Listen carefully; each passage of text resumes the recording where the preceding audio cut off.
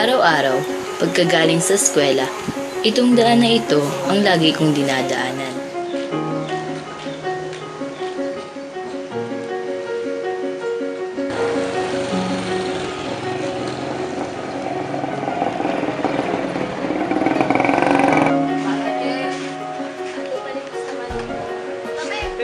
Nakaka-permission ko dito naman.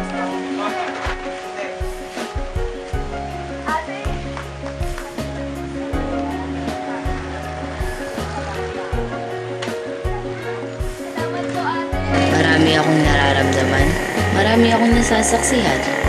Iba't ibang pangyayari, maging mga kaganapan sa buhay ng iba. Mga kaganapan na naglalahad ng tunay na kulay sa realidad ng buhay.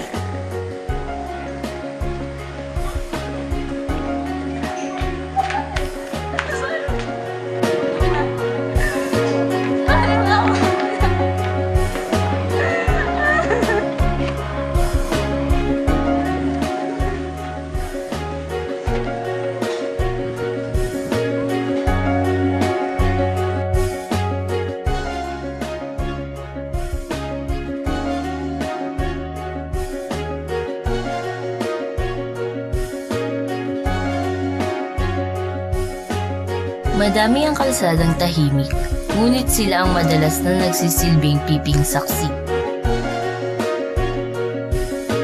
Bakit nga ba ang kababaihan ang laging nagtatago sa tahimik na daan?